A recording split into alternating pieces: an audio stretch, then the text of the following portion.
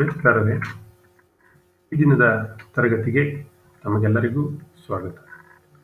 Dear trainees, welcomes you to all for today classes. Today we will discuss another topic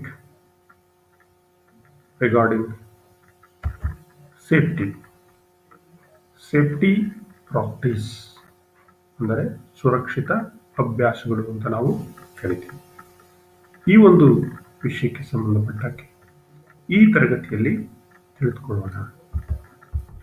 At the end of this lesson, you shall be able to state the responsibilities of employers and employees. ಕಾರ್ಮಿಕ ಮತ್ತು ಮಾಲೀಕರ ಹೊಣೆಗಾರಿಕೆಗಳು ಏನು? State the rules and procedures at workplace. ಕೆಲಸ ಮಾಡುವಂತಹ ಸ್ಥಳದಲ್ಲಿ ಯಾವ್ಯಾವ ನಿಯಮಗಳನ್ನು ಮತ್ತು ವಿಧಾನವನ್ನು ನಾವು ಅನುಸರಿಸಬೇಕು. State 4 basic categories of safety signs. ಸುರಕ್ಷಿತಾ ಚಿಹ್ನೆಗಳು ಬರುತ್ತೆ, ಅದರಲ್ಲಿ 4 ಕ್ಯಾಟಗರೀಸ್ ಇದೆ. ಅವುಗಳು ಯಾವುವು? State the reason and causes of emergency, power failure, system failure and fire failure. ತುರ್ತು ಸಂದರ್ಭ ಒದಗಿ ಬರ್ತಕ್ಕಂಥದ್ದು ವಿದ್ಯುತ್ ನಿಲುಗಡೆ, ಕಂಪ್ಯೂಟರ್ ಸಿಸ್ಟಮ್ಸ್ ಫೈಲ್ಯೂರ್, ಬೆಂಕಿ ಅಪಘಾತಗಳಾಗ್ತಕ್ಕಂಥ ಸಮಸ್ಯೆಗಳೇನಿದೆ ಇದಕ್ಕೆ ಕಾರಣ, reasons and causes of these emergency situations ಏನಿದೆ ತಿಳ್ಕೊಳ್ಳೋಣ. Some self questions about your safety. ನಮ್ಮ ಸೇಫ್ಟಿ ಬಗ್ಗೆ ನಾವು ಏನೇನು ಪ್ರಶ್ನೆಗಳನ್ನು ಮಾಡ್ಕೋಬೇಕು ತಿಳ್ಕೊಳ್ಳೋಣ. ಇನ್ನು ಎಮರ್ಜೆನ್ಸಿ ಟೈಮ್ನಲ್ಲಿ explain the report at an emergency. ತುರ್ತು ಸಂದರ್ಭದಲ್ಲಿ ಯಾವ ರೀತಿ ನಾವು ರಿಪೋರ್ಟಿಂಗ್ ಅನ್ನ ಮಾಡಬೇಕು. ಇಷ್ಟು ವಿಷಯಗಳನ್ನ ಈ ತರಗತಿಯಲ್ಲಿ ಮಕ್ಕಳೇ ತಿಳ್ಕೊಳ್ತಾ ಹೋಗೋಣ. ನಾವು let us come to the safety. ಈಗಾಗಲೇ ಗೊತ್ತು ನಿಮಗೆ, ಸೇಫ್ಟಿ ಇಟ್ ಮೀನ್ಸ್ ಸುರಕ್ಷತೆ ಅಂದರೆ the state of being safe or freedom from the occurrence or risk of injury, danger or loss.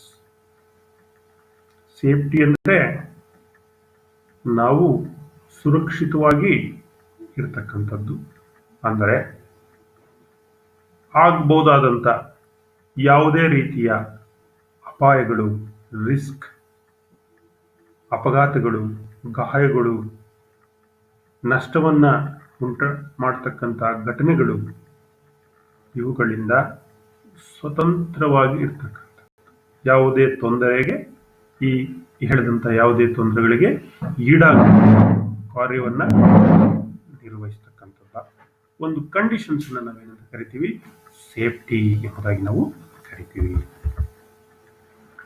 ಈ ಸೇಫ್ಟಿಗೆ ಸಂಬಂಧಪಟ್ಟ ಹಾಗೆ ರೆಸ್ಪಾನ್ಸಿಬಿಲಿಟೀಸ್ ಬರ್ತವೆ. ಹೊಣೆಗಾರಿಕೆ ಯಾರಿಗೆ? ಕಾರ್ಖಾನೆಯಲ್ಲಿ ಕೆಲಸ ಮಾಡುವಾಗ ಮಾಲೀಕರು ಇರ್ತಾರೆ, ಕಾರ್ಮಿಕರು ಇರ್ತಾರೆ. ಯಾರು ಹೊಣೆಗಾರರು? ಯಾರು? Safety does not happen. It has to organize it and achieved like the work process of which it forms a part. Safety ಅನ್ನೋದು ಅಂದರೆ ಸುರಕ್ಷತೆ ಕೇವಲ ಸಂಭವಿಸ್ತಕ್ಕಂಥ ಘಟನೆ ಅಲ್ಲ, ಅದು ಒಂದು ಕಾರ್ಯ ಪ್ರಕ್ರಿಯೆಯಂತೆ ಸಂಘಟಿತವಾಗಬೇಕು. ಮತ್ತೆ ನಾವು ಆ ಮೂಲಕ ಸಾಧನೆಯನ್ನು ಸಾಧಿಸಬೇಕಾಗುತ್ತೆ. ಹಾಗಾಗಿ ಇಲ್ಲಿ ನಿಯಮ ಏನಿಡುತ್ತೆ, ದ ಲಾ ಸ್ಟೇಟ್ ದಟ್ ಯಾರು ಹೊಣೆಗಾರರು ಅಂದರೆ both an employer and his employee have a responsibilities in this behalf. ಕಾರ್ಮಿಕ ಮತ್ತು ಮಾಲೀಕ ಇಬ್ಬರು ಸುರಕ್ಷತೆಗೆ ಸಂಬಂಧಪಟ್ಟಂತೆ ಹೊಣೆಗಾರರಾಗಿರುತ್ತಾರೆ. ಸುರಕ್ಷತೆಯು ಕೇವಲ ಸಂಭವಿಸ್ತಕ್ಕಂಥ ಒಂದು ಘಟನೆಯಲ್ಲ, ಅದನ್ನು ನಾವು dash to organized and achieved like to the work process ಅಂದರೆ ಒಂದು ಕಾರ್ಯ ಪ್ರಕ್ರಿಯೆಯಂತೆ ಸಂಘಟಿತವಾಗಿ ನಾವು ಅದನ್ನು ಸಾಧಿಸಬೇಕಾಗುತ್ತೆ. ಹಾಗಾಗಿ ಈ ಸೇಫ್ಟಿ ಈ ರೆಸ್ಪಾನ್ಸಿಬಿಲಿಟೀಸ್ ಏನಿದೆ, it is both of us, ಮಾಲೀಕರು ಮತ್ತು ಕಾರ್ಮಿಕರು. ಎಂಪ್ಲಾಯರ್ ಅಂದರೆ ಮಾಲೀಕರು, ಎಂಪ್ಲಾಯೀಸ್ ಅಂದರೆ ಕಾರ್ಮಿಕರು. ಇನ್ನು ಎಂಪ್ಲಾಯೀಸ್ ರೆಸ್ಪಾನ್ಸಿಬಿಲಿಟೀಸ್ ಏನಿರುತ್ತೆ, ಎನಿ ಫರ್ಮ್ ಅಂದರೆ ಯಾವುದಾದ್ರೂ ಒಂದು ಕೈಗಾರಿಕೆ, ಯಾವುದಾದ್ರೂ ಒಂದು ಸಂಸ್ಥೆ, the effort of a firm puts in to a planning and organizing work, training people, engaging a skilled and competent workers, maintaining plant and equipment, and checking, inspecting, and keeping the records. All of this contributes to safety in the workplace. ಒಂದು work ಪ್ಲೇಸ್ನಲ್ಲಿ, ನಾವು ಕೆಲಸ ಮಾಡುವ ಸ್ಥಳದಲ್ಲಿ ಮಾಲೀಕನ ಹೊಣೆಗಾರಿಕೆ ಏನೇನೆಲ್ಲ ಇರುತ್ತೆ, work place ಸುರಕ್ಷತೆಯ ದೃಷ್ಟಿಯನ್ನ ಇಟ್ಕೊಂಡು ನಾವು ನೋಡೋದಾದ್ರೆ, ಅಲ್ಲಿ ಒಂದು ವ್ಯವಸ್ಥೆ ಏನಿರುತ್ತೆ ಅದು ಯೋಜನಾಬದ್ಧವಾಗಿ ಇರಬೇಕು. ಸಂಘಟಿತರಾಗಿ ನಾವು ಕೆಲಸವನ್ನ ಮಾಡಬೇಕು. ಮಾಲೀಕರು ತರಬೇತಿಯನ್ನ ನೀಡಬೇಕು. ಆ ಒಂದು ಕೆಲಸದಲ್ಲಿ ಕುಶಲಕರ್ಮಿಗಳನ್ನ ತೊಡಗಿಸಬೇಕಾಗುತ್ತೆ. ಇದರ ಜೊತೆಗೆ ಪ್ಲಾಂಟು, ಮೆಷಿನರೀಸ್, ಟೂಲ್ಸ್, ಇಕ್ವಿಪ್ಮೆಂಟ್ಸ್ ಇವುಗಳನ್ನ ಮೈಂಟೈನ್ ಮಾಡಬೇಕಾಗುತ್ತೆ. ಚೆಕಿಂಗ್ ಮಾಡೋದಿರ್ಬೋದು, ಇನ್ಸ್ಪೆಕ್ಟಿಂಗ್ ಅನ್ನು ಮಾಡೋದಿರ್ಬೋದು, ರೆಕಾರ್ಡ್ ಮೇಂಟೆನೆನ್ಸ್, ದಾಖಲಾತಿಗಳನ್ನ ನಿರ್ವಹಣೆಯನ್ನು ಮಾಡೋದಿರ್ಬೋದು. ಇವೆಲ್ಲವೂ ಒಟ್ಟಾರೆ ಯಾವ ಕೊಡುಗೆಯನ್ನು ಕೊಡ್ತದೆ? Safety in the work place. ಇವೆಲ್ಲವನ್ನು ಮಾಡಿದಾಗ this are the employers responsibilities. The employer will be responsible for the equipment provided, the working conditions, what the employees are asked to do, and the training given. ಪ್ರತಿಯೊಬ್ಬ ಮಾಲೀಕರ ಕರ್ತವ್ಯ, ಹೊಣೆಗಾರಿಕೆ ಏನಾಗಿರುತ್ತೆ ಅಂದ್ರೆ, ಕೆಲಸ ಮಾಡುವ ಸಂದರ್ಭದಲ್ಲಿ ಅಟ್ ಎ ವರ್ಕ್ ಪ್ಲೇಸ್ ಏನ್ ಬೇಕು ವರ್ಕಿಂಗ್ ಅನ್ನ ಮಾಡೋದಕ್ಕೆ ಅದನ್ನು ನಾವು ಪ್ರೊವೈಡ್ ಮಾಡಬೇಕು. ವರ್ಕಿಂಗ್ ಕಂಡೀಷನ್ಸ್ ಏನಿದೆ, ಕೆಲಸ ಮಾಡತಕ್ಕಂಥ ಸ್ಥಿತಿಗತಿ ಏನಿದೆ, ಕಾರ್ಮಿಕರು ಏನನ್ನ ಕೇಳ್ತಾರೆ ಕೆಲಸವನ್ನ ಮಾಡಲಿಕ್ಕೆ, ಮತ್ತೆ ಅವ್ರಿಗೆ ಯಾವ ರೀತಿ ತರಬೇತಿಯನ್ನ ನಾವು ಕೊಡಬೇಕು, ಇವೆಲ್ಲವನ್ನ ಕೊಡ್ತಕ್ಕಂಥದ್ದು ಯಾರ ಹೊಣೆಗಾರಿಕೆ? ಎಂಪ್ಲಾಯರ್ಸ್, ಮಾಲೀಕನ ಹೊಣೆಗಾರಿಕೆ ಆಗಿರುತ್ತೆ. ಅದೇ ರೀತಿ ಎಂಪ್ಲಾಯೀಸ್ಗೂ ಕೂಡ ರೆಸ್ಪಾನ್ಸಿಬಿಲಿಟೀಸ್, ಕೆಲವು responsibilities. You will be the responsible for the way you use the equipment, how you do your job, the use you make of your training, and your general attitude to safety.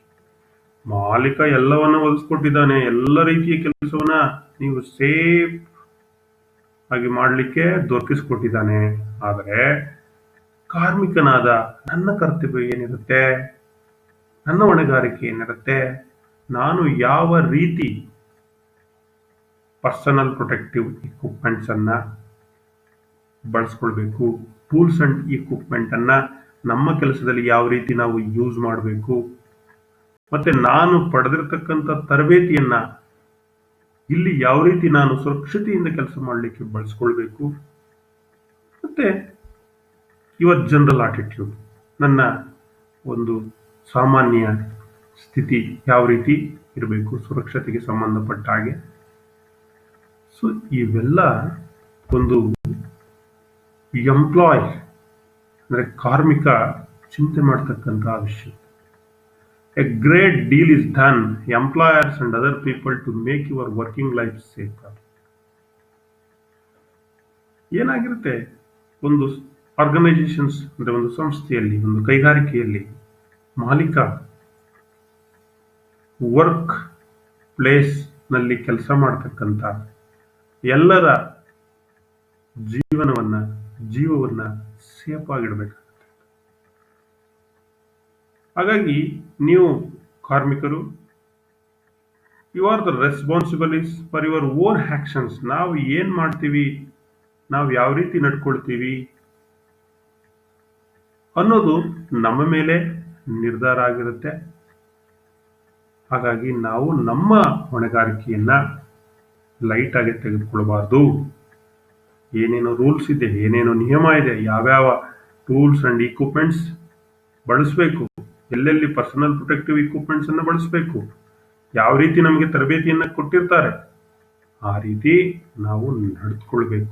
Safe ಆಗಿ ನಾವು ಕೆಲಸವನ್ನ ಮಾಡಬೇಕು ಅಂತಂದ್ರೆ so ಇವೆಲ್ಲ ಅಂಶಗಳನ್ನ ಮನದಟ್ಟು ಮಾಡಿಕೊಂಡು ನಮ್ದು ಹೊಣೆಗಾರಿಕೆ ಇದೆ ಅಂತ ಅರಿತುಕೊಂಡು ಕೇವಲವಾಗಿ ತೆಗೆದುಕೊಳ್ಳದಂತೆ ಶ್ರದ್ಧೆಯಿಂದ ಡಿಸಿಪ್ಲಿನ್ ಆಗಿ ಕಾರ್ಮಿಕ ಕೂಡ ತನ್ನ ಹೊಣೆಗಾರಿಕೆಯನ್ನ ನಿಭಾಯಿಸಬೇಕಾಗಿರುತ್ತೆ.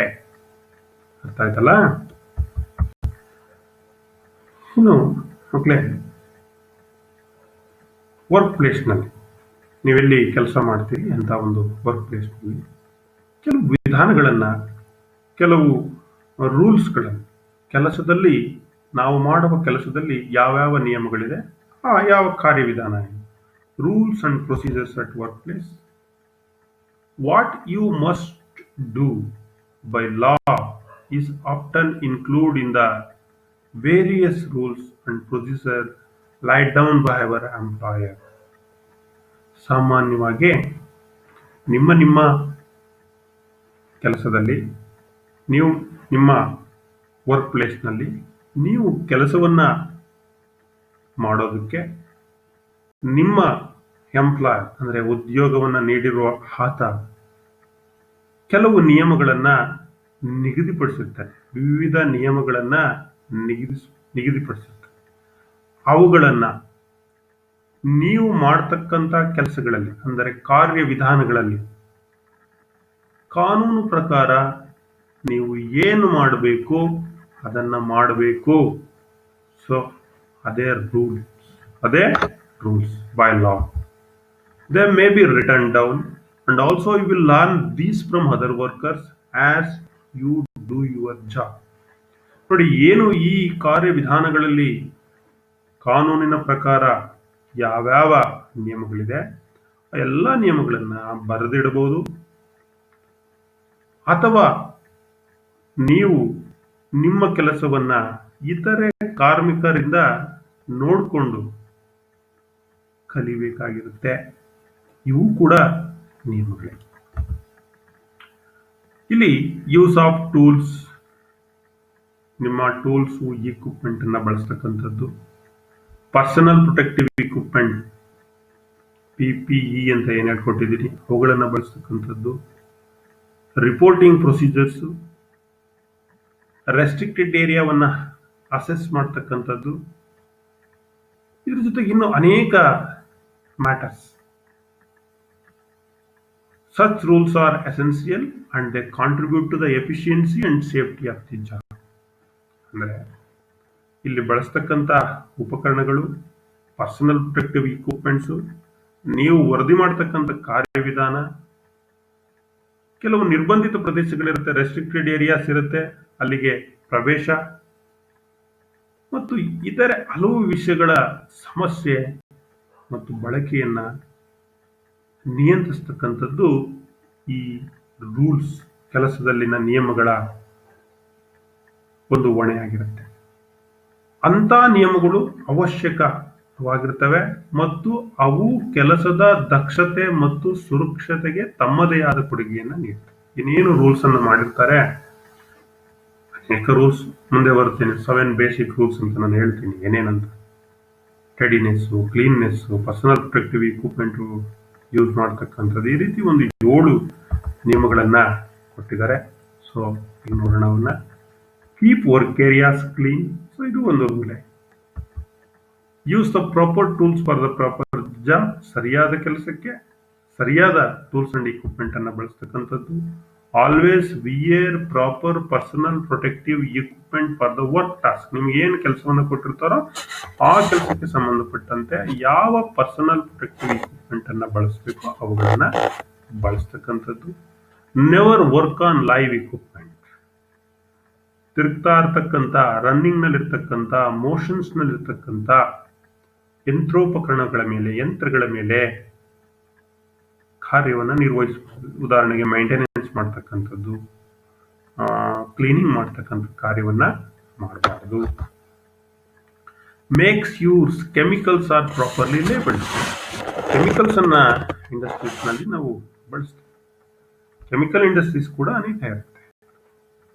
ಪ್ರತಿಯೊಂದು ಕೆಮಿಕಲ್ಸ್ ಕೂಡ ರಾಸಾಯನಿಕ ವಸ್ತುಗಳಿಗೆ ಅದರ ಮೇಲೆ ಅದರ ಹೆಸರನ್ನ ನಾವು ಬರಿಬೇಕು ಮತ್ತು ಅದನ್ನ ಸರಿಯಾದ ಕ್ರಮಾಂಕದಲ್ಲಿ ಪ್ರತ್ಯೇಕವಾಗಿ ಜೋಡಿಸಿರ್ಬೇಕು, ಸ್ಟೋರ್ ಅನ್ನ ಮಾಡ್ತಕ್ಕಂಥದ್ದು.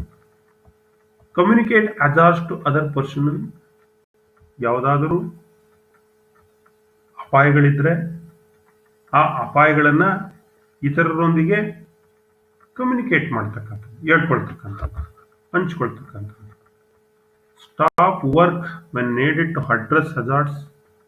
ಒಂದು ವೇಳೆ ಅಲ್ಲಿ ಅಪಾಯ ಇದೆ ಅಂತ ನಿಮಗೆ ಗೊತ್ತಾಗಿ ಆ ಅಪಾಯವನ್ನ ಬಗೆಹರಿಸಲಿಕ್ಕೆ ಸಾಧ್ಯವಿದ್ದಾಗ ಅಥವಾ ಅಗತ್ಯವಿದ್ದಾಗ ನೀವೇನ್ ಮಾಡಬೇಕಾಗುತ್ತೆ, ಕೆಲಸವನ್ನ ನಿಲ್ಲಿಸಬೇಕಾಗುತ್ತೆ. ಇವೆಲ್ಲ ಜನರಲ್ ಇಂಡಸ್ಟ್ರಿ ಸೇಫ್ಟಿ ರೂಲ್ಸ್. ಇವೆಲ್ಲವನ್ನ ಬರೆದಿಡ್ಬೋದು ಅಥವಾ ನೀವು ಬೇರೆ ವ್ಯಕ್ತಿಗಳಿಂದ, ನಿಮ್ಮ ಕೋವರ್ಕರ್ ಇಂದ ನೋಡಿ ಕಲ್ತ್ಕೊಳ್ಬಹುದು. ಎಲ್ಲ ನಿಯಮಗಳನ್ನ ನಾವು ಪಾಲಿಸಿದ್ರೆ ಸೇಫ್ ಆಗಿ ನಾವು ಇರ್ತೀವಿ.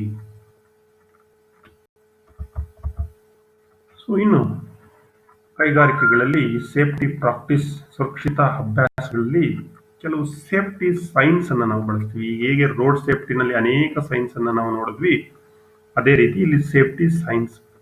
ಏನ್ ಸೇಫ್ಟಿ? ಸುರಕ್ಷಿತ ಚಿಹ್ನೆಗಳು ಅಂತ ನಾವು ಕರಿತೀವಿ. Safety signs are a type of sign designed to warn of hazardous, indicate mandatory actions, are required to use personal protective equipment, prohibit actions or object, identify the locations of firefighting or safety equipment, or marking of exit routes. ಇದೇ ರೀತಿ ಅನೇಕ ರಸ್ತೆ ಸುರಕ್ಷತೆಯಲ್ಲಿ ಅನೇಕ ಚಿಹ್ನೆಗಳನ್ನು ನಾವು ನೋಡಿದ್ವಿ. ಇಲ್ಲಿ ಈ ಸೇಫ್ಟಿ ಸೈನ್ಸ್ ನಲ್ಲಿ ಯಾತಕ್ಕೆ ಇದನ್ನ ಡಿಸೈನ್ ಮಾಡಿರ್ತಾರೆ ಅಂದ್ರೆ, ಕೆಲವು ಅಪಾಯಗಳಿರುತ್ತೆ, ಹಜಾರ್ಡಸ್ ನೇಚರ್ಸ್ ಇರುತ್ತೆ, ಅಲ್ಲಿ ಮ್ಯಾಂಡೇಟರಿ ಆಕ್ಷನ್ಸ್ ಇರುತ್ತೆ. ಕಡ್ಡಾಯವಾಗಿ ಈ ಕೆಲಸವನ್ನ ನೀವು ಮಾಡಲೇಬೇಕು, ಮತ್ತೆ ಕಡ್ಡಾಯವಾಗಿ ಇಂಥ ಒಂದು ಪರ್ಸನಲ್ ಪ್ರೊಟೆಕ್ಟಿವ್ ಇಕ್ವಿಪ್ಮೆಂಟ್ ಅನ್ನ ನೀವು ಬಳಸಲೇಬೇಕು. ಅಲ್ಲಿ ಪ್ರಾಹಿಬಿಷನ್ಸ್ ಇದೆ, ನಿಷೇಧವನ್ನ ಮಾಡಿದ್ದಾರೆ. ಫೈರ್ ಫೈಟಿಂಗ್ ಅಥವಾ ಸೇಫ್ಟಿ ಇಕ್ವಿಪ್ಮೆಂಟ್ ಅಥವಾ ಮಾರ್ಕಿಂಗ್ ರೂಟ್ಸ್, ಇವೆಲ್ಲವನ್ನ ಈ ಸೇಫ್ಟಿ ಚಿಹ್ನೆ ಸೈನ್ಸ್ ಒಳಗೊಂಡಿದೆ. This safety signs are categorized into the 4 categories. ಎಷ್ಟು ಕೆಟಗರಿ? 4 categories. These can be recognized by their shape, color. Sometimes they may be just symbol. Other signs may be include letters or figures and to provide extra information. ಈ safety science ನ 4 category ಆಗಿ ವಿಭಾಗವನ್ನ ಮಾಡ್ತಾರೆ.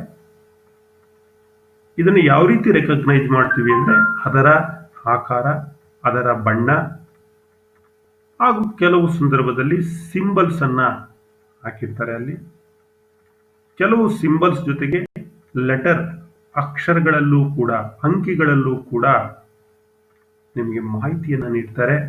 ಯಾಕೆ? ನಿಮಗೆ ಹೆಚ್ಚಿನ ಮಾಹಿತಿಯನ್ನ ನೀಡಲಿಕ್ಕೆ, to provide extra informations ನಿಮಗೆ ಕೊಡಲಿಕ್ಕೆ. ಸೊ ಇವುಗಳನ್ನ ನಾವು ಸೇಫ್ಟಿ ಸೈನ್ಸ್ ಅಂತ ನಾವು ಕರಿತೀವಿ. ಯಾವ್ದಪ್ಪ 4 ಕ್ಯಾಟಗರಿ ಆಫ್ ಬೇಸಿಕ್ ಸೈನ್ಸ್ ಅಂದ್ರೆ, ಪ್ರಾಹಿಬಿಷನ್ ಸೈನ್ಸ್, ನಿಷೇಧಿತ ಚಿಹ್ನೆಗಳು. ಮ್ಯಾಂಡೇಟರಿ ಸೈನ್ಸ್, ಕಡ್ಡಾಯ ಚಿಹ್ನೆಗಳು. ವಾರ್ನಿಂಗ್ ಸೈನ್ಸ್, ಎಚ್ಚರಿಕೆಯ ಚಿಹ್ನೆಗಳು. ಇನ್ಫಾರ್ಮೇಶನ್ ಸೈನ್ಸ್, ಮಾಹಿತಿ ಚಿಹ್ನೆಗಳು. ಇವುಗಳನ್ನ ನಾವು ವರ್ಕ್ ಪ್ಲೇಸ್ ನಲ್ಲಿ, ಸಾಮಾನ್ಯವಾಗಿ ವರ್ಕ್ ಸೈಟ್ ನಲ್ಲಿ ಬಳಸ್ತಕ್ಕಂಥ ಕೆಲವು ಸೇಫ್ಟಿ ಸೈನ್ಸ್, ಸುರಕ್ಷತಾ ಚಿಹ್ನೆಗಳು. ಮೊದಲನೇದಲ್ಲಿ ಪ್ರಾಹಿಬಿಷನ್ ಸೈನ್ ಅಂದ್ರೆ ನಿಷೇಧಿತ ಚಿಹ್ನೆಗಳು. ಪ್ರಾಹಿಬಿಷನ್ ಸೈನ್ಸ್ ಅಲ್ಲಿ ಇಲ್ಲಿ ಸೇಫ್ ಯಾವ ರೀತಿ ಇರುತ್ತೆ? ಸರ್ಕ್ಯುಲರ್ ಸೇಫ್ ಇರುತ್ತೆ. ಇದರ ಕಲರ್ ಬಂದು ರೆಡ್ ಬಾರ್ಡರ್, ಕ್ರಾಸ್ ಬಾರ್ ಅದು ರೆಡ್ ಕಲರ್ ಅಲ್ಲಿ ಇರುತ್ತೆ. ಒಳಗಡೆಗೆ ಬ್ಲಾಕ್ ಸಿಂಬಲ್ ಇರುತ್ತೆ. ನಾನು ಹೇಳಿದೆ ಸೇಪ್ ಇರುತ್ತೆ, ಕಲರ್ ಇರುತ್ತೆ, ಸಿಂಬಲ್ ಇರುತ್ತೆ ಅಂತ ಹೇಳಿ. ಕೆಲವು ಸಂದರ್ಭದಲ್ಲಿ ಇನ್ಫಾರ್ಮೇಶನ್ಸ್, ಮಾಹಿತಿ, ಅಕ್ಷರ, ಲೆಟರ್ಸ್, ನಂಬರ್ಸ್ ಕೂಡ ಇರುತ್ತೆ ಎಲ್ಲಾ ಸೈನ್ಸ್ ನಲ್ಲಿ. ಈ ಒಂದು ಪ್ರಾಹಿಬಿಷನ್ ಸೈನ್ಸ್ ನಲ್ಲಿ ಇದು ಸರ್ಕ್ಯುಲರ್ ಸೇಪ್ ಇದೆ, ರೆಡ್ ಬಾರ್ಡರ್ ಇದೆ, ಅದರಲ್ಲಿ ಒಂದು ಕ್ರಾಸ್ ಬಾರ್ ಕೂಡ ಇದೆ, ಒಳಗಡೆ ಬ್ಲಾಕ್ ಸಿಂಬಲ್ ಇದೆ, ವೈಟ್ ಬ್ಯಾಕ್ ಗ್ರೌಂಡ್ ಇದೆ. ಇದರ ಮೀನಿಂಗ್ ಏನು? So it must not be done, ಈ ಕೆಲಸವನ್ನು ನೀನು ಮಾಡಬಾರದು ಅಂದ್ರೆ ಇಲ್ಲಿ ಏನಿದೆ? ಸ್ಮೋಕಿಂಗ್ ಸಿಂಬಲ್ ಇದೆ, ಸಿಗರೇಟಿನ ಸಿಂಬಲ್ ಇದೆ. ಸೊ ಇಟ್ ಮೀನ್ಸ್ ಸಿಗರೇಟ್ ಉರಿತಾ ಇದೆ ಅಂದ್ರೆ ಇಲ್ಲಿ ಸಿಗರೇಟ್ ಅನ್ನ ಸೇದಬಾರ್ದು, ಸಿಗರೇಟ್ ಅನ್ನ ಉಪಯೋಗಿಸಬಾರ್ದು. ನೋ ಸ್ಮೋಕಿಂಗ್ ಅನ್ನೋ ಅರ್ಥ. ಸೇದೋದು ಅಂದ್ರೆ ಸ್ಮೋಕ್ ಮಾಡ್ತಕ್ಕಂಥ, ನೋ ಸ್ಮೋಕಿಂಗ್. ಈ ಪ್ರಾಹಿಬಿಷನ್ ಸೈನ್ಸ್, ಅನೇಕ ಪ್ರಾಹಿಬಿಷನ್ ಸೈನ್ಸ್ ಅನ್ನ ನೀವು ಇಲ್ಲಿ ಈ ಚಿತ್ರದಲ್ಲಿ ನೋಡಬಹುದು. ಎಷ್ಟು ನೋ ಎಂಟ್ರಿ ಇರ್ಬೋದು, ನೋ ಚಿಲ್ಡ್ರನ್ ಇರ್ಬೋದು, ಡು ನಾಟ್ ಪುಷ್ ಇರ್ಬೋದು, ಡು ನಾಟ್ ಸ್ಟೆಪ್ ಆನ್ ಇರ್ಬೋದು, ಡು ನಾಟ್ ಸಿಟ್ ಆನ್ ಇರ್ಬೋದು, ನೋ ಆರ್ಟ್ ವರ್ಕ್ಸ್ ಇರ್ಬೋದು. So like that. No parking ಇರ್ಬೋದು, ನೋ ನೇಕೆಡ್ ಫ್ಲೇಮ್ಸ್ ಇರ್ಬೋದು, ನೋ ಮೊಬೈಲ್ ಫೋನ್ ಇರ್ಬೋದು, ನೋ ಸೈಕ್ಲಿಂಗ್ ಇರ್ಬೋದು, ನೋ ಪಿಸ್ಸಿಂಗ್ ಇರ್ಬೋದು. ಇಲ್ಲಿ ಅನೇಕ ರೀತಿಯಾದಂತ ಸಿಂಬಲ್ಸ್, ಎಲ್ಲ ಸಿಂಬಲ್ಸ್ ನೋಡಿ ಸರ್ಕ್ಯುಲರ್ ಶೇಪ್ ಇದೆ,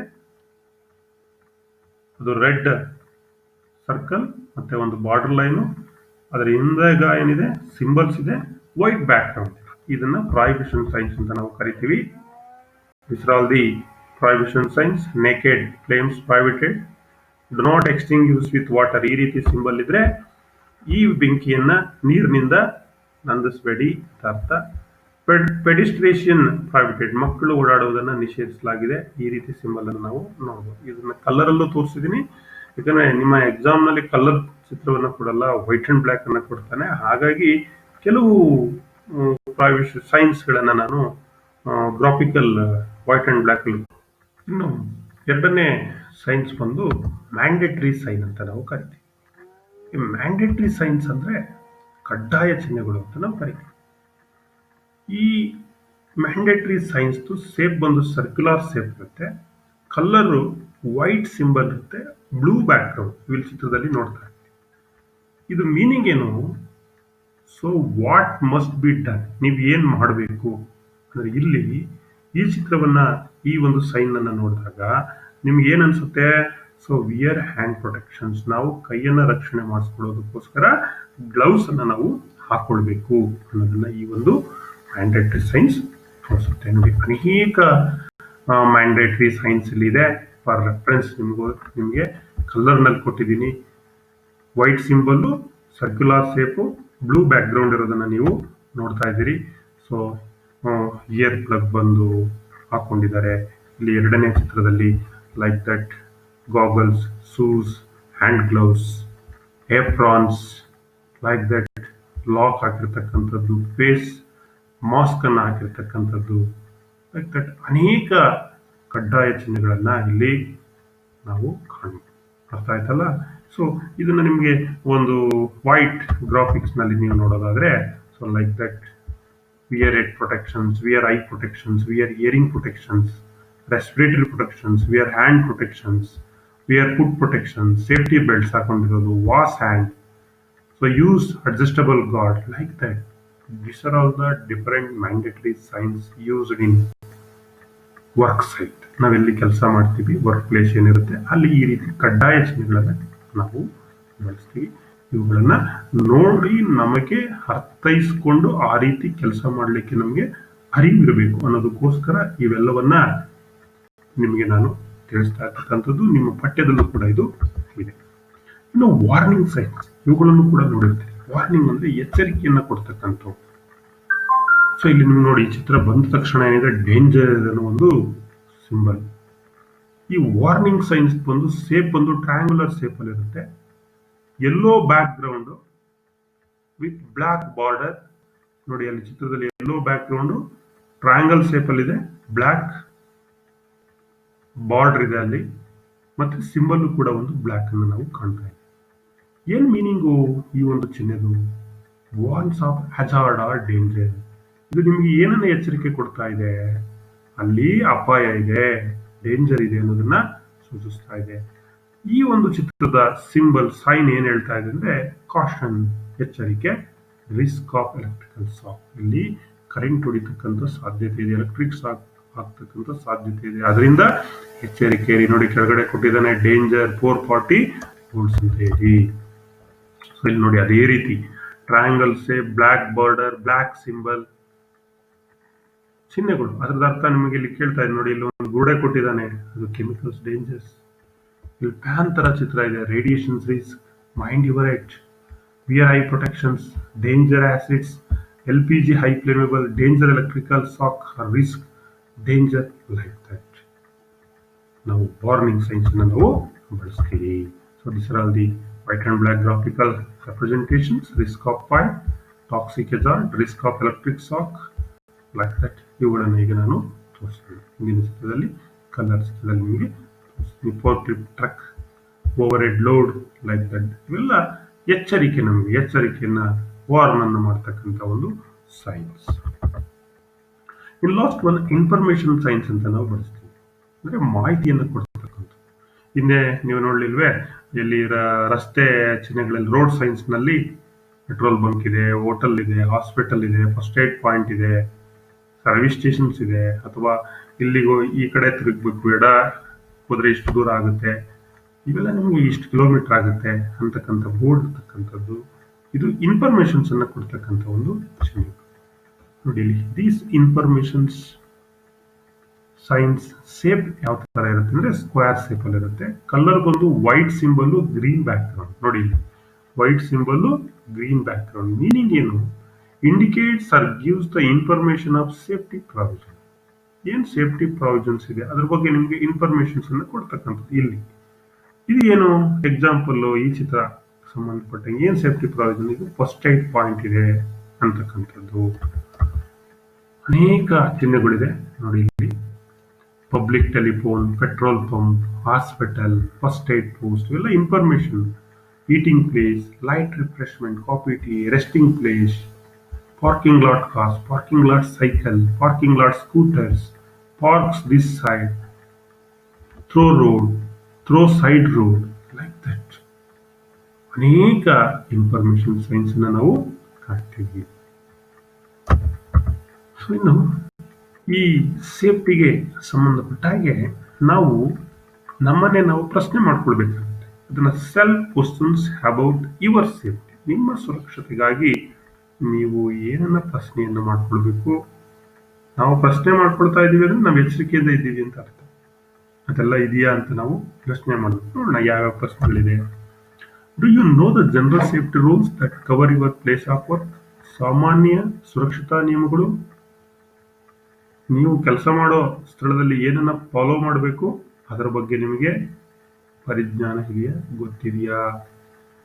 ಗೊತ್ತಿದ್ರೆ ಗೊತ್ತಿರಲೇಬೇಕು, ಗೊತ್ತಿಲ್ಲ ಅಂತ ಹೇಳಕ್ಕಾಗಲ್ಲ. ಗೊತ್ತಿಲ್ಲ ಅಂದ್ರೆ ಆಕ್ಸಿಡೆಂಟ್ ವಿಲ್ ಹ್ಯಾಪನ್.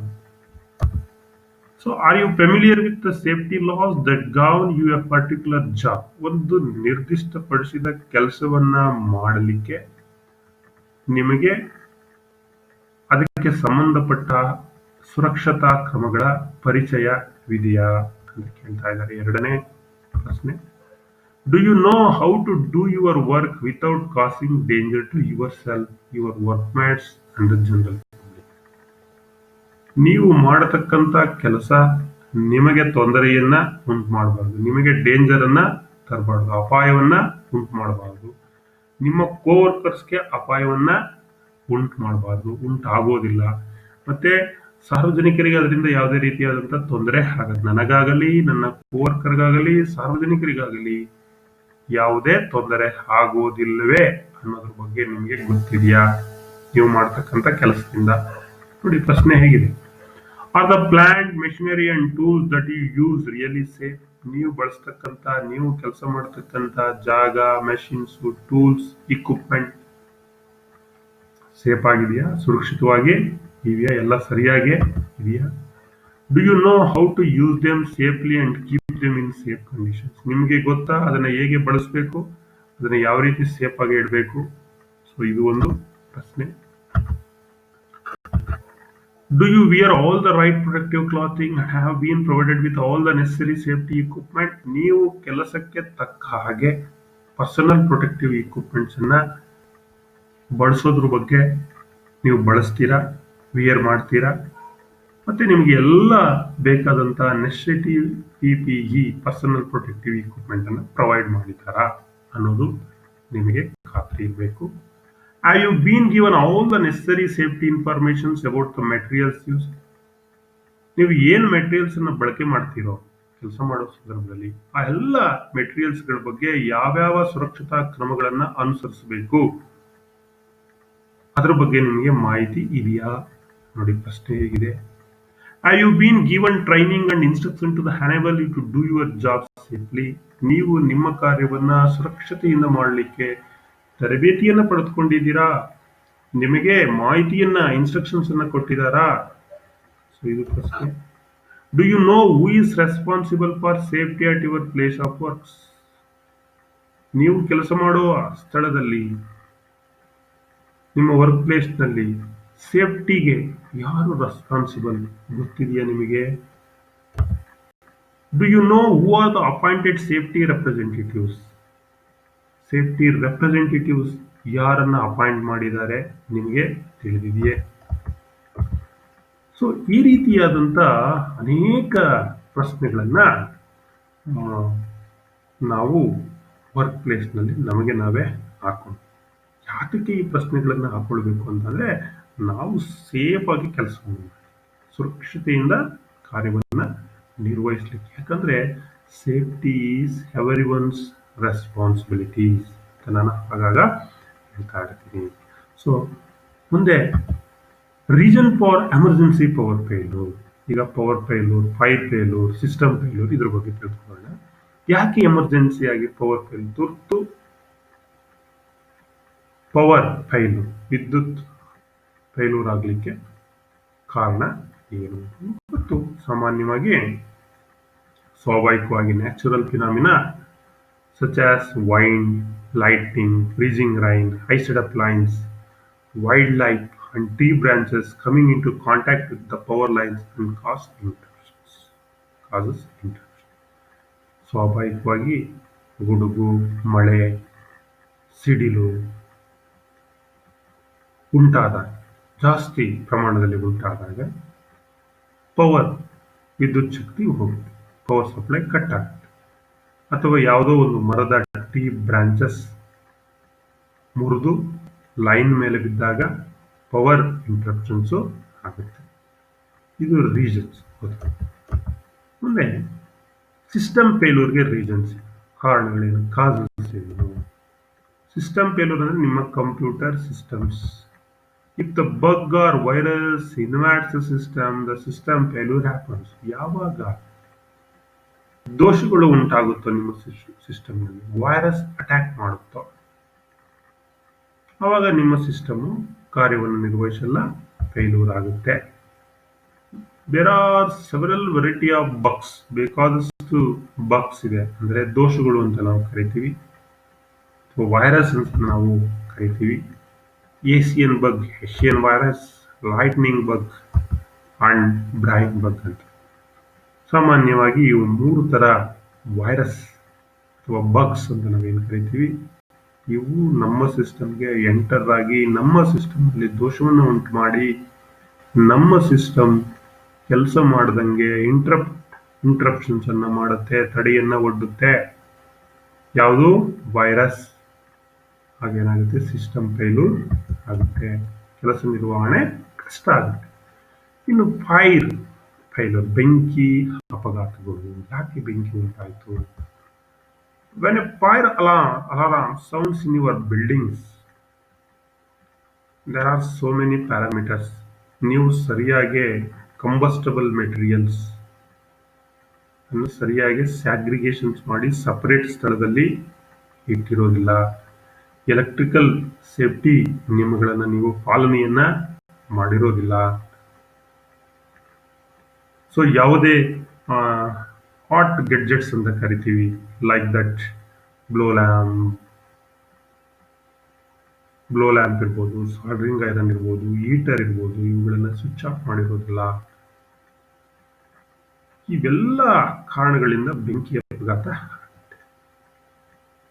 ಯಾವಾಗ ಫೈರ್ ಅಲಾರಂ ಆಯ್ತು ಸೌಂಡ್ ನಿಮ್ಮ ಬಿಲ್ಡಿಂಗ್ ನಲ್ಲಿ, ನಾವೆಲ್ಲ ಏನ್ ಮಾಡ್ತೀವಿ, ಇಮ್ಮಿಡಿಯೇಟ್ ಆಗಿ ನಾವು ಮಾಡ್ತಾ ಇರ್ತಕ್ಕಂಥ ಕೆಲಸದ ಸ್ಥಳವನ್ನು ಬಿಟ್ಟು ಒಂದು ಅಸೆಂಬ್ಲಿ ಹಾಲ್ ಇರುತ್ತೆ, ಎಕ್ಸಿಟ್, ಎಮರ್ಜೆನ್ಸಿ ಎಕ್ಸಿಟ್ ಮೂಲಕ ಅಸೆಂಬ್ಲಿ ಹಾಲ್ಗೆ ನಾವು ತೆರಳ್ತೀವಿ.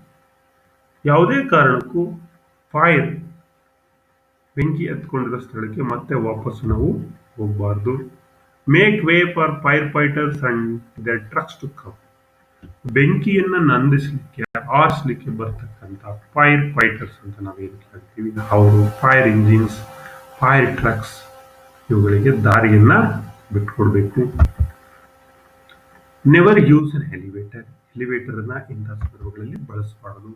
Do not panic. Fire failure ಆದಾಗ ಹೆದರಬಾರದು. ಧೈರ್ಯಗುಂದದೆ ಧೈರ್ಯವಾಗಿ ನಾವು ಇರಬೇಕಾಗುತ್ತೆ. ಪ್ಯಾನಿಕ್ ಆದ್ರೆ ಡೇಂಜರ್ಸ್. ಅಂತ ತುರ್ತು ಸಂದರ್ಭಗಳಲ್ಲಿ, ಎಮರ್ಜೆನ್ಸಿ ಬೆಂಕಿ ಅಪಘಾತಗಳಾಗಿದೆ, ಮತ್ತೇನೋ ಒಂದು ಆಕ್ಸಿಡೆಂಟ್ ಆಗಿದೆ, ಅಪಾಯ ಆಗಿದೆ, ಗಾಯಗಳಾಗಿದೆ, ಏನ್ ಮಾಡಬೇಕು? Reporting an emergency is one of those things that seem to simple until actually when put to use in emergency situation. ಯಾವಾಗ ತುರ್ತು ಸಂದರ್ಭ ಅಂತ ನಿಮಗೆ ಗೊತ್ತಾಯ್ತು, ಆ ಒಂದು ತುರ್ತು ಪರಿಸ್ಥಿತಿಯ ಬಗ್ಗೆ ನಾವು ವರದಿಯನ್ನ ನೀಡಬೇಕು. ಸುಮ್ಮನೆ A large crowd gather around this is common in road side injuries. ಉದಾಹರಣೆಗೆ ನೀವು ನೋಡಿರ್ತೀವಿ, ಯಾವ್ದಾದ್ರು ರೋಡ್ ಸೈಡ್ ನಲ್ಲಿ ಒಂದು ಆಕ್ಸಿಡೆಂಟ್ ಆಗ್ಬಿಟ್ರೆ ನೋಡೋರೇ ಜಾಸ್ತಿ ಇರುತ್ತೆ. ಅಲ್ಲಿ ಫಸ್ಟ್ ಏಡ್ ಮಾಡೋರು ಯಾರು ಇರಲ್ಲ, ಫೋಟೋ ತಗೊಳ್ಳೋದು, ನೋಡೋದು, ಇದನ್ನೇ ಮಾಡ್ತಾ ಇರ್ತಾರೆ. ಸಾಮಾನ್ಯವಾಗಿ no passer by would like to get involve to assist the victims. ಅಲ್ಲಿ ಓಡಾಡ್ತಕ್ಕಂಥವ್ರು, ಅಲ್ಲಿ ಸುತ್ತಮುತ್ತ ಇರ್ತಕ್ಕಂಥ ಬೇರೆ ಪ್ಯಾಸೆಂಜರ್ಸ್ ಇರ್ಬೋದು, ಬೇರೆ ಜನ ಇರ್ಬೋದು, ಯಾರು ಗಾಯಾಳುಗೆ, ಆಕ್ಸಿಡೆಂಟ್ ಆಗಿರ್ತಕ್ಕಂಥ ವ್ಯಕ್ತಿಗೆ, ಅಪಾಯದಲ್ಲಿರ್ತಕ್ಕಂಥ ವ್ಯಕ್ತಿಗೆ ಸಹಾಯವನ್ನು ಮಾಡೋಲ್ಲ. ಅಂತ ಟೈಮ್ನಲ್ಲಿ and first aid management is often very difficult to attend to the injured person. First aid ಮಾಡ್ತಕ್ಕಂಥದ್ದು ಆ ಮಾಡೋರಿಗೆ, ಆ ಗಾಯ ಆಗಿರ್ತಕ್ಕಂಥ ವ್ಯಕ್ತಿಗೆ ಫಸ್ಟ್ ಏಡ್ ಮಾಡಲಿಕ್ಕೆ ತುಂಬಾ ಕಷ್ಟಕರ.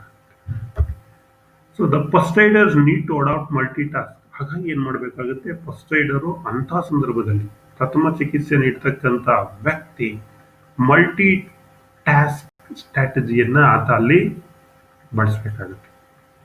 ಅಂದ್ರೆ ಕ್ರೌಡ್ ಅನ್ನ ಕಂಟ್ರೋಲ್ ಮಾಡೋದು, ರೆಸ್ಕ್ಯೂ ಟೀಮ್ಗೆ, ನಮ್ಮನ್ನ ಕಾಪಾಡುವಂತ ಒಂದು ಏನ್ ಟೀಮ್ ಇದೆ ಅವ್ರಿಗೆ ಕಮ್ಯುನಿಕೇಟ್ ಮಾಡ್ತಕ್ಕಂಥದ್ದು, ಆಂಬ್ಯುಲೆನ್ಸ್ಗೆ ಫೋನ್ ಮಾಡ್ತಕ್ಕಂಥದ್ದು, ಇವೆಲ್ಲ ಒಂದು ಸೈಮಲ್ಟೇನಿಯಸ್ ಆಗಿ ಫಸ್ಟ್ ಏಡ್, ಪ್ರಥಮ ಚಿಕಿತ್ಸೆ ನೀಡೋದ್ರ ಜೊತೆಗೆ ಈ ಕಾರ್ಯವನ್ನು ಕೂಡ ಮಾಡಬೇಕಾಗುತ್ತೆ. ಇಂತಹ ಸಂದರ್ಭದಲ್ಲಿ ಈಗೇನು ನಮಗೆ ಆಧುನಿಕವಾಗಿ ಮೊಬೈಲ್ ಫೋನ್ ಏನಿದೆ, this mobile phones help to greater deal for such emergencies. ಇಂತಹ ತುರ್ತು ಸಂದರ್ಭಗಳಲ್ಲಿ ನಮಗೆ ಬಹಳ ಉಪಯುಕ್ತಕ್ಕೆ ಈ ಒಂದು ಮೊಬೈಲ್ ಫೋನ್ ಬರುತ್ತೆ. ಇಲ್ಲಿ ಕೆಲವು guidelines are given below to approach the problems while report an emergency. ನೀವು ಎಮರ್ಜೆನ್ಸಿನ ರಿಪೋರ್ಟ್ ಮಾಡಲಿಕ್ಕೆ ಮೊದಲು ಕೆಲವು ಗೈಡ್ಲೈನ್ಸ್, ಮಾರ್ಗಸೂಚಿಗಳು, ಅವುಗಳನ್ನು ಫಾಲೋ ಮಾಡಬೇಕು.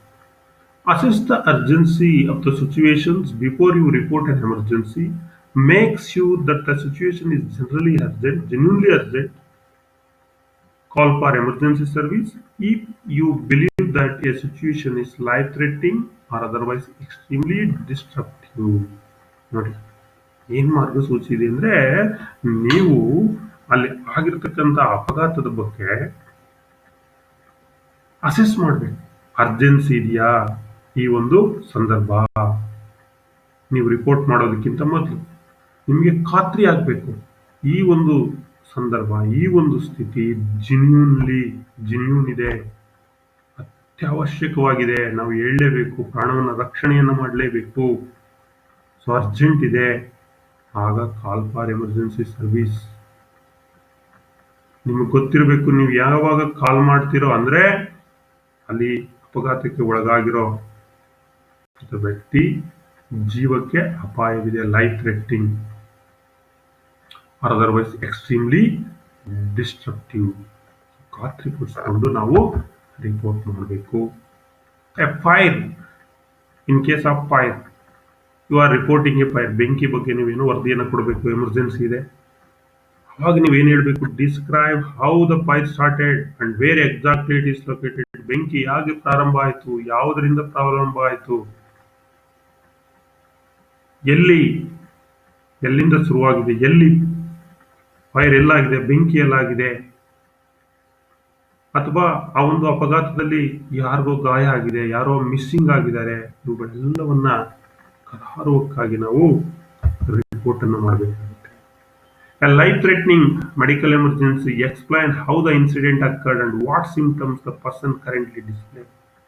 ಯಾರಿಗೋ ಪ್ರಾಣಾಪಾಯವಾಗಿದೆ, ತುಂಬಾ ಡೆಲಿಕೇಟ್ ಆಗಿದೆ, ಎಮರ್ಜೆನ್ಸಿ ಇದೆ, ಮೆಡಿಕಲ್ ಕಂಡೀಷನ್ಸ್, ಲೈಫ್ ಥ್ರೆಟ್ನಿಂಗ್, ಜೀವಕ್ಕೆ ಅಪಾಯ ಇದೆ ಅಂದಾಗ ಅಂಥ ಇನ್ಸಿಡೆಂಟ್ಗಳನ್ನು ನೀವು ಆ ವ್ಯಕ್ತಿ ಯಾವ ಸಿಂಪ್ಟಮ್ಸ್ ಇದೆ, ಆತನಿಗೆ ಗುಣಲಕ್ಷಣಗಳು ಏನಿದೆ, ಆ ವ್ಯಕ್ತಿ ಇಲ್ಲಿ ಕಾಣಿಸ್ತಾ ಇದೆ ನಿಮಗೆ, ಅದನ್ನು ನೀವು ಸರಿಯಾಗಿ ವರದಿಯನ್ನ ಹೇಳ್ಬೇಕಾಗುತ್ತೆ. ಎಮರ್ಜೆನ್ಸಿ ಮೆಡಿಕಲ್ ಕಾಂಟ್ಯಾಕ್ಟ್ ಮಾಡುವಂತ ಸಂದರ್ಭದಲ್ಲಿ.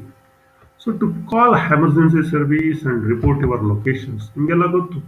The emergency number varies from 100 for police, 101 for fire engines and 108 for ambulance, like that. ಅಥವಾ ನಿಮಗೆ ಕರಾರುವಕ್ಕಾಗಿ ಆ ಒಂದು ಫೈರ್ ಸ್ಟೇಷನ್ಸ್, ಪೊಲೀಸ್ ಸ್ಟೇಷನ್ಸ್ ಅಥವಾ ಹಾಸ್ಪಿಟಲ್ ನಂಬರ್ ಗೊತ್ತಿದೆ, ನೇರವಾಗಿ ಅಲ್ಲಿಗೆ ಫೋನ್ ಮಾಡಿ ನೀವು ಹೆಲ್ಪ್ ಅನ್ನ ನೀವು ಕೇಳಬಹುದು, ವರದಿಯನ್ನ ನೀಡಿ. These are all the general: 100 for police, 101 for fire, 108 for ambulance. The first thing the emergency dispatcher will ask, where you are located. Emergency ನೀವು ರಿಪೋರ್ಟ್ ಮಾಡುವಾಗ ಅಲ್ಲಿ ಏನು ಹೇಳಬೇಕು ಅಂದ್ರೆ, ಎಲ್ಲಿ ನೀವಿದ್ದೀರಿ, ಯಾವ ಸಂದರ್ಭದಲ್ಲಿ ತೊಂದರೆ ಆಗಿದೆ. So the emergency service can get there as quickly as possible. ಅದನ್ನ ಹೇಳಿದಾಗ ಎಮರ್ಜೆನ್ಸಿ ಸರ್ವಿಸ್ ಅಲ್ಲಿಗೆ ಹತ್ತಿರಕ್ಕೆ ಬರಲಿಕ್ಕೆ ಸಾಧ್ಯ ಆಗುತ್ತೆ. ಅವಾಗ ನೀವು ಕರೆಕ್ಟಾಗಿ ಸ್ಟ್ರೀಟ್ ಅಡ್ರೆಸ್ ಇರ್ಬೋದು, ಎಕ್ಸಾಕ್ಟ್ ಅಡ್ರೆಸ್ ಅನ್ನ ನಿಮ್ಗೆ ಗೊತ್ತಿಲ್ಲದೆ ಇದ್ರೆ ಅಟ್ಲೀಸ್ಟ್ ಅಪ್ರಾಕ್ಸಿಮೇಟ್ ಇನ್ಫಾರ್ಮೇಶನ್ಸ್ ಅನ್ನ ನಾವು ಅವರಿಗೆ ಕೊಡಬೇಕಾಗುತ್ತೆ.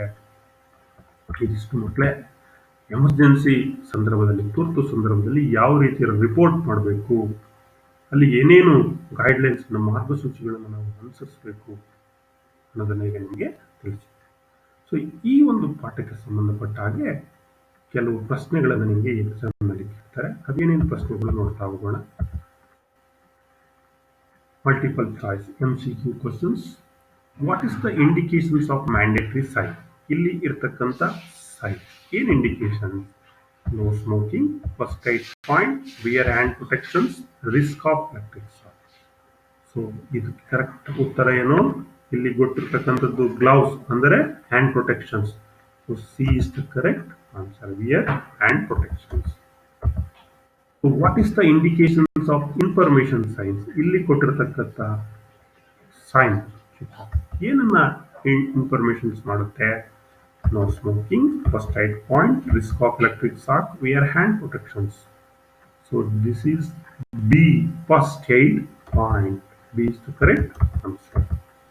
What is the indications of warning signs? ಇಲ್ಲಿ ಇರ್ತಕ್ಕಂಥ ಚಿತ್ರ. No smoking, first aid point, wear hand protections, risk of electric shock.